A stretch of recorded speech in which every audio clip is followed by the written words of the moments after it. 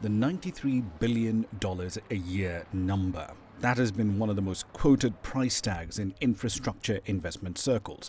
But in March, the African Development Bank revised that estimate to anywhere between $130 to $170 billion a year. The ongoing water crisis in Cape Town is a stark reminder of just how neglected water infrastructure has been for decades across Africa, and these estimates reflect that. Correcting that problem across the continent to give everyone access to clean water and proper sanitation, according to the bank estimates, will cost at least $56 billion a year. You want to achieve universal electricity access? That's another $35 to $50 billion a year over the next 7 years. More and better roads, rail lines, ports, airports. Your starting price is $35 billion a year. So, over 600 million Africans right now still have no access to power. But if the goal is to expand power access, will any means of generation get funding, even if it's nuclear power plants or even coal? So we will fund all energy projects, but not nuclear energy.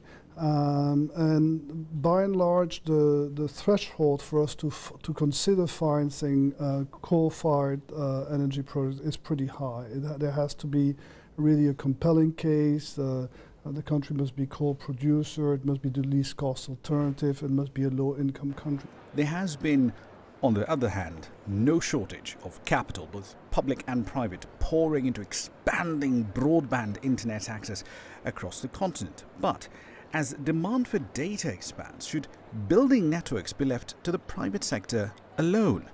The answer to that depends on who you ask. For me, governments should not build networks and even less operate networks. I mean, they're not good at it.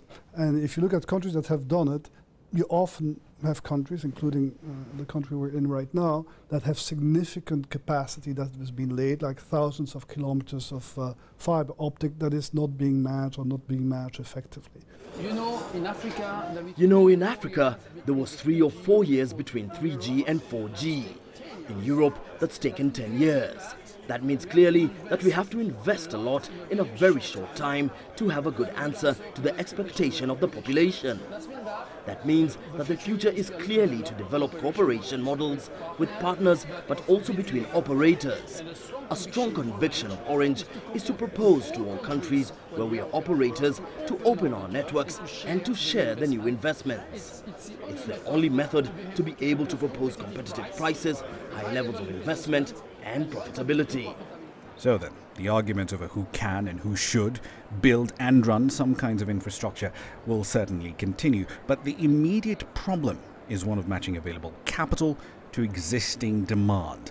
The bank aims to partially solve that problem with the Africa Investment Forum. It's an annual event focusing purely on bankable infrastructure projects.